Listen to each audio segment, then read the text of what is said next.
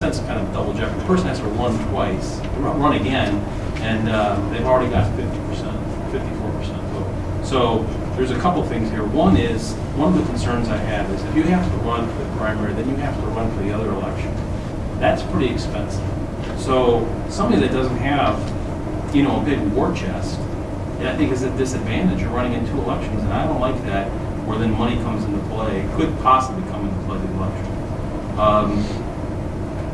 And the other thing is the cost. I think to put something on the ballot isn't like $20,000. There's an expense to it, but that's usually why the city ties it to the primary, because generally the election will be occurring anyway. To hold an election, there's a cost. To add something to the ballot, there's not specifically that additional cost. Yeah. So I just thought it was, not something to decide tonight, obviously, but something that we can discuss. If you have, 3, 4, 5 candidates and somebody gets 50+% of the vote, you really need another election. Or as the electoral also already stated their case and said, hey, listen, this person got 54%. The only concern I would have is the voting. People that come out to vote for the primary may not be the people that come out to vote for the normal election. And then also, if you've got more candidates, you're potentially splitting votes across the board. So a candidate that may have had 30% may have lost some to the other candidate, and then, but it could potentially change in the fall or in November. That's just my only concern. That's why I was saying that if somebody had over 50% of the vote, because even if you added up the rest of the people, but I can see your point about different vote count as far as how many people come out from the primary. Similar comments. I think some valid points, and certainly the economics enter into it. But I do have some concerns about a primary is very different than an election. You get a different turnout, and it would certainly have to be working very, very specifically that this primary could turn into an actual election. And I think maybe, as Mr. Metropolis pointed out, this is could have the potential to get into micromanaging. Okay, if 3 people run and one gets 50, if 5 people run, I mean, there's so many ways you could have a different twist on it, depending on how many candidates you have running and what percentage this candidate got against that one. Well, the only twist would, I'm not saying, I'm just bringing it up as an idea to discuss, but there's not a lot of twists. If somebody had over 50% of the vote in the primary, then there just wouldn't be another election. So that's the only thing that... Right. But Doug is right. Your primaries get a much lower turnout than your regular elections do. So you're not going to have the same people represented that might be represented in the November election.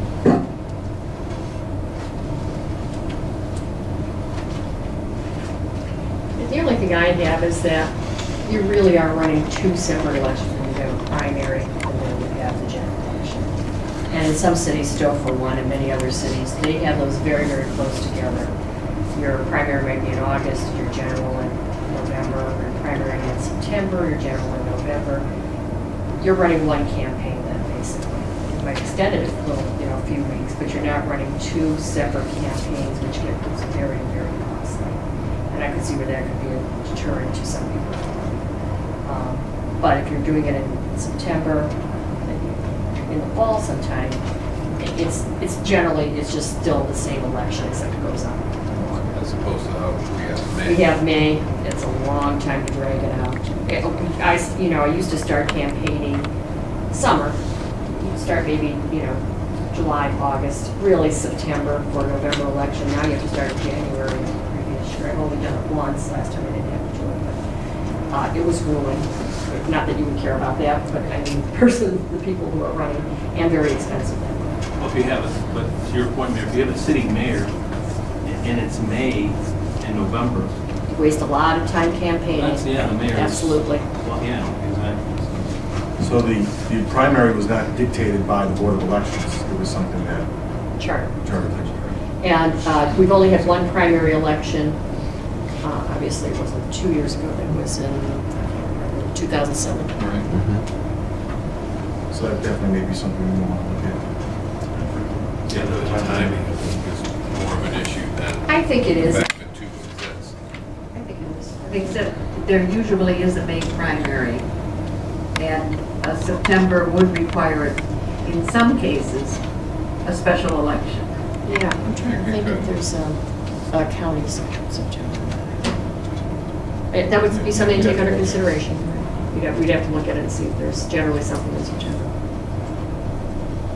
The other issue to consider, which has happened recently in other cities with the primary, is the sitting mayor did not finish in the top two and went from May until December when the term was up as a lame duck mayor and collected a paycheck, full-time paycheck, and was very rarely seen if ever at City Hall. I mean, it depends on who the person is, but that creates that problem.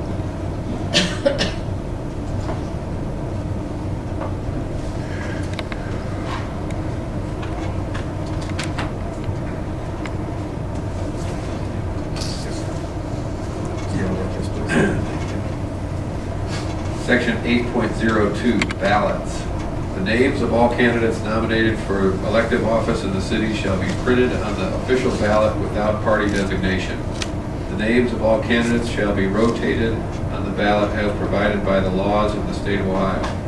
Except as otherwise provided in this charter, the laws of the state of Ohio shall govern the nominations and election of elective officers of this city. Section 8.03, elections. The regular city election shall be held on the first Tuesday after the first Monday in November of odd-numbered years. The council may by resolution or order a special election to be held at any time, the purpose and date of which shall be set forth in the resolution. Such resolution shall be certified within 5 days to the Board of Elections of Summit County, which shall conduct the election at the time fixed in such resolution and in the manner provided by law. Section 8.04, qualifications.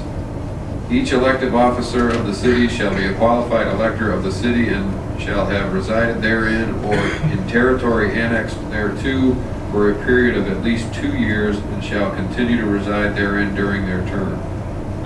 She or he shall hold no incompatible office under the national, state, or county government, nor she or he have any financial interest in any contract to which the city is a party or in any expenditure of money by the city other than their fixed compensation and expenses for traveling.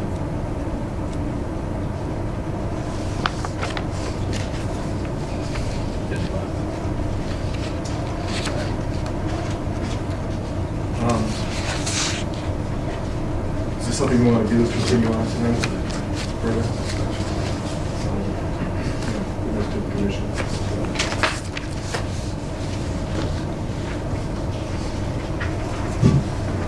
I'm all for forging ahead. Sounds good. Sure. Continue? Okay. Dave, you want to continue reading or? Sure. I didn't want more, so, okay. Words are getting fixed. Article 9, Initiative, Referendum, and Recall, Section 9.01, Initiative. The electors of this city shall have the power to propose ordinances and other measures by initiative petitions submitted to the clerk of council in accordance with the provisions of the Constitution and laws of Ohio now or hereafter in effect, amended November 5th, 1985. Section 9.02, Referendum. The electors of this city shall have the power to approve or reject at the polls any ordinance or other measure enacted by council by referendum petitions submitted to the clerk of council in accordance with the provisions of the Constitution or laws of Ohio now or hereafter in effect, amended November 5th, 1985.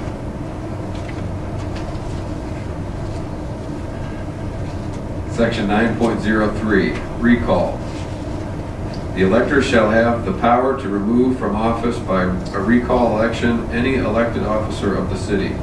If an elected officer shall have served 6 months of their term, a form of petition demanding their removal may be filed with the clerk of council who shall note thereon the name and address of the person filing the petition and the date of such filing, and deliver to such person a receipt therefor and attach a copy thereof to said petition.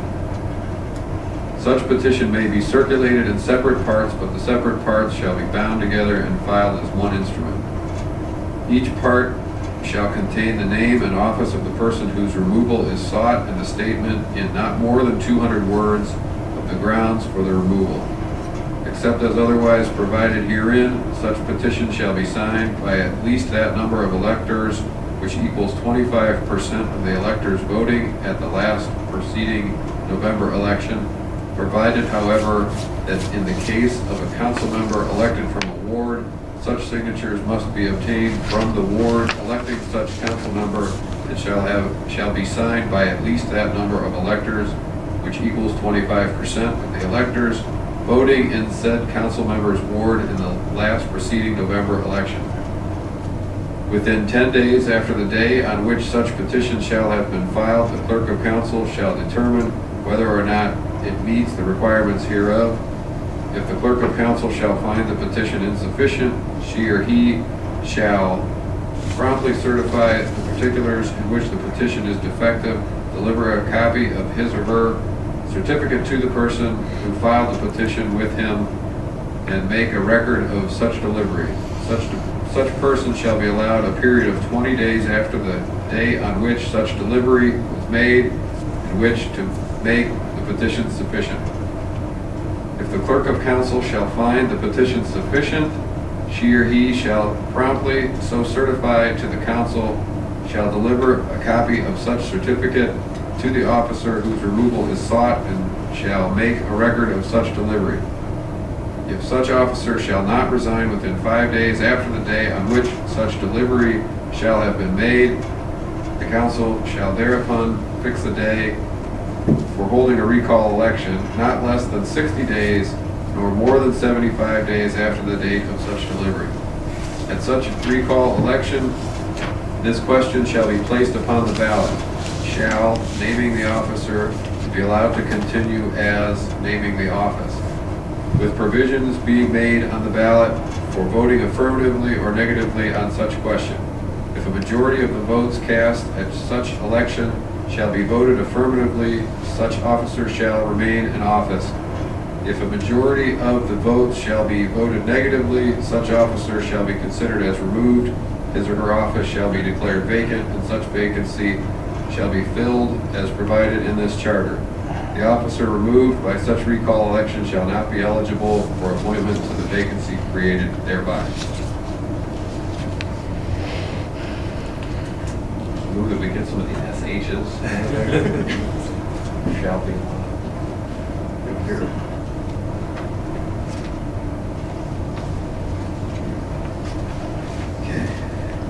Section 9.04, removal. Council may expel or remove any of its own members and any member of a board or commission of the city for violation of their oath of office, neglect of duty, incompetency, failure to maintain qualification for office, or malfeasance, nonfeasance, or misfeasance in office. Council, board, or commission members may also be removed for persistent failure to abide by the adopted rules of council or of the applicable board or commission, or for absence without justifiable excuse from 3 consecutive meetings of council or of the applicable board or commission. Any member of council or board or commission member shall be removed if convicted of a felony or other crime involving moral turpitude.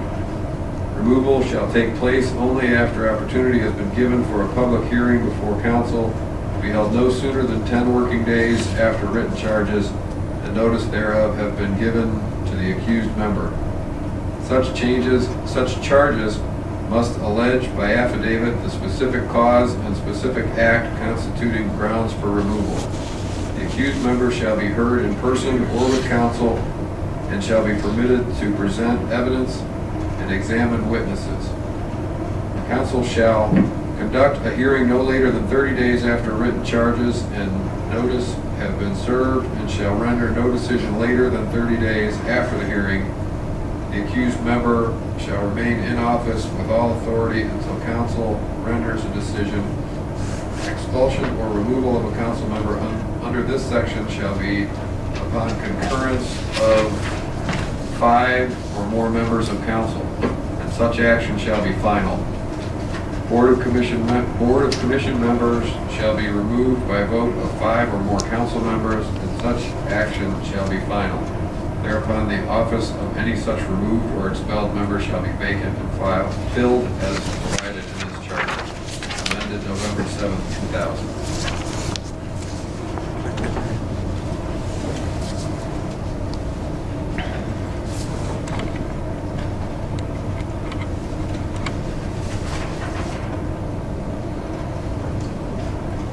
Any questions? Any discussion?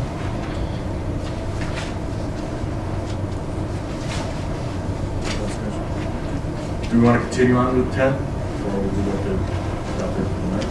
So we have 3 sections left, basically, just a page and a half. So we go for it all. Would someone like to take over? Read Article 10, Amendments to Charter, Section 10.01, Methods and Procedure. The council shall, by affirmative vote of 5 or more of its members, submit to the electors any proposed amendment or amendments to this charter, or upon petition signed by not less than 10% of the electors of... I'm reading the wrong one. And excuse me if I could, that is the wrong one. That was what I addressed at the beginning. Oh, I'm sorry, that was the one, okay. Thank you. Fixing that.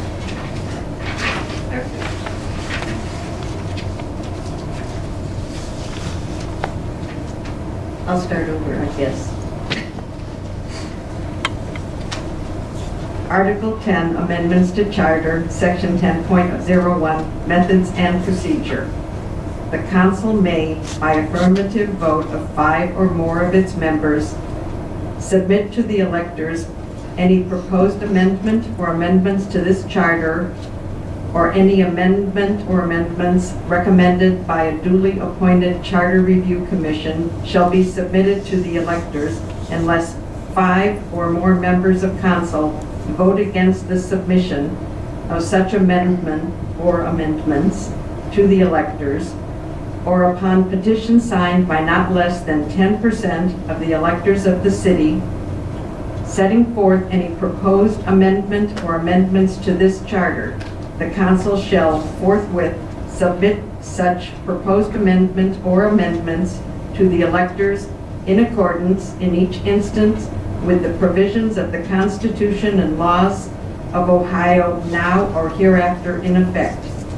If any such proposed amendment or amendments shall be approved by a majority of the electors voting thereon, it or they shall become part of this charter, except that if 2 or more inconsistent proposed amendments on the same subject shall be submitted at the same election, only the one of such amendments receiving the largest affirmative vote, not less than a majority, shall become a part of the charter. Amended November 6, 2012, Resolution 120-2012. Section 10.02, Clerical and non-substantive rearrangements and amendments for reprinting of charter. Following any election at which any amendment to this charter is adopted, the clerk of council, with the approval of council and the director of law, may, prior to any reprinting of this charter, make such changes therein, including the numbers, titles, an arrangement of articles and sections hereof, as may be necessary or desirable to maintain or assure the logical and consistent ordering thereof, but no such change shall in any way affect the substance or meaning of this charter or any part thereof or amendment thereto. Added November 2nd, 1976.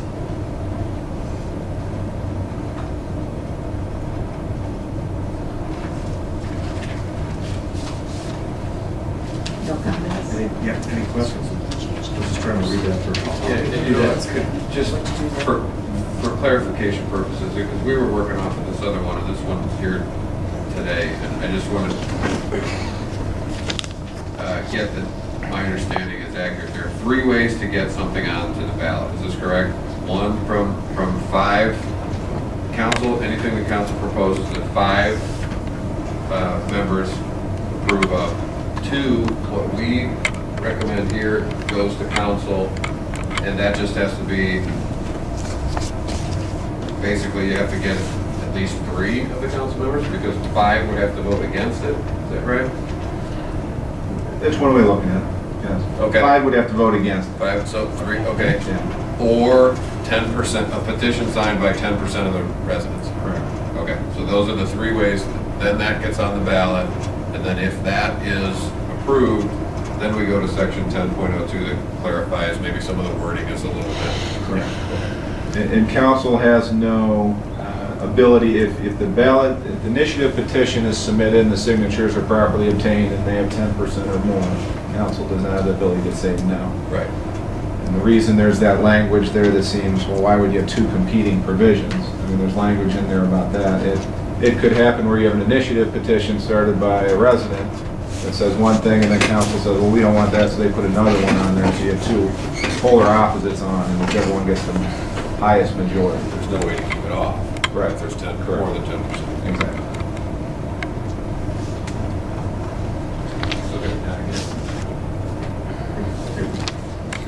Article 11, Charter Review Commission, Section 11.01, Charter Review Commission. On or before 5 years after the recess of the last preceding Charter Review Commission, the council shall appoint a commission of 9 qualified electors holding no other office or appointment in this city as members of the Charter Review Commission. The council may, by ordinance, adopted by at least 5 of the members elected to council, provide for the creation of a Charter Review Commission to convene and report at such earlier dates as it deems advisable. Meeting of the Charter Review Commission shall be open to the public. Such commission shall review the city charter and, within 7 calendar months after such appointment, submit to council such alterations, revisions, and amendments, if any, as in its judgment are desirable. The council shall submit to the electors all such proposed alterations, revisions, or amendments to this charter in the manner provided in Article 10, amended November 2nd, 2004. Mr. Chairman, I have a comment on this. This is going back to what we discussed before, previous to appointments to commission. I've still not come across a charter where the mayor does not have some appointments to a commission. You know, I don't see any in Summit County and the other ones I've read. So I just want to make sure that we discuss this at some point. You know, here's an example. You have 9 qualified electors.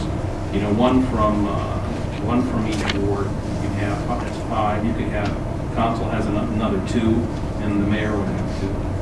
I think, you know, again, I just think that we need to discuss whether the mayor gets appointed on some of these commissions or not. I'm not saying because we're an anomaly we're wrong, but it seems that we are an anomaly.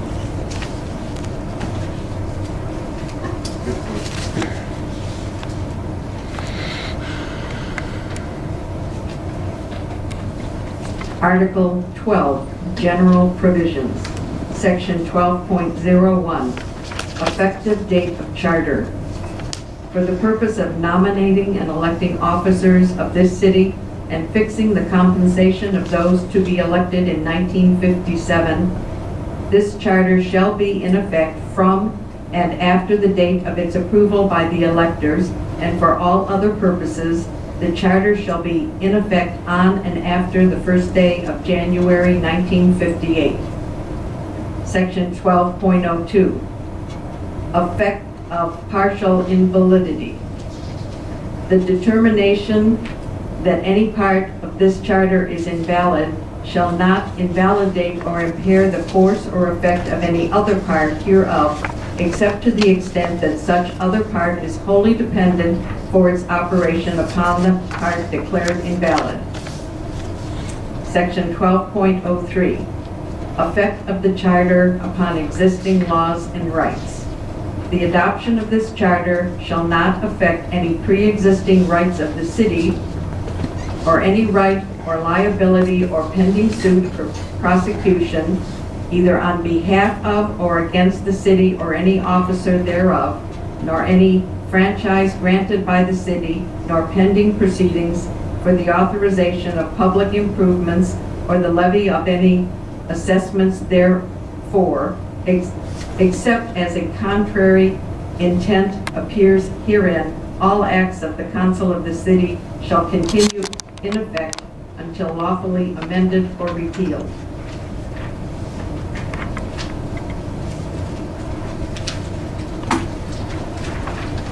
Any discussion?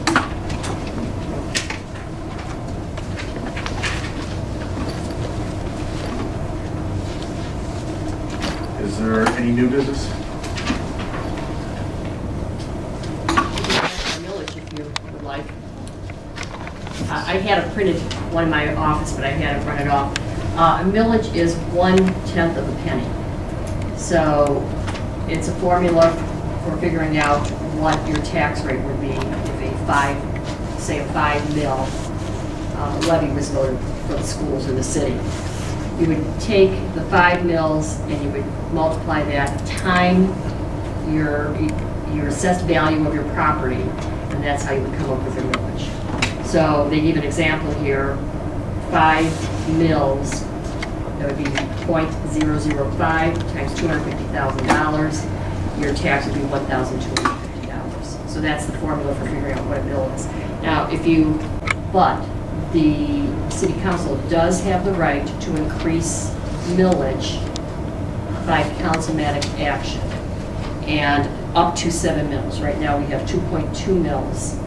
It's for our police and fire pension and for the purchase of Liberty Park. Now, that's all voted millage, but we still have up to 7 mils for inside millage that could be put on councilmatic action.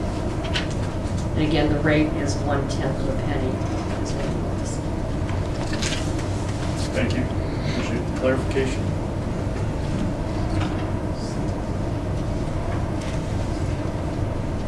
I guess we've added a new section where the audience gets to make some comments. I'm fine.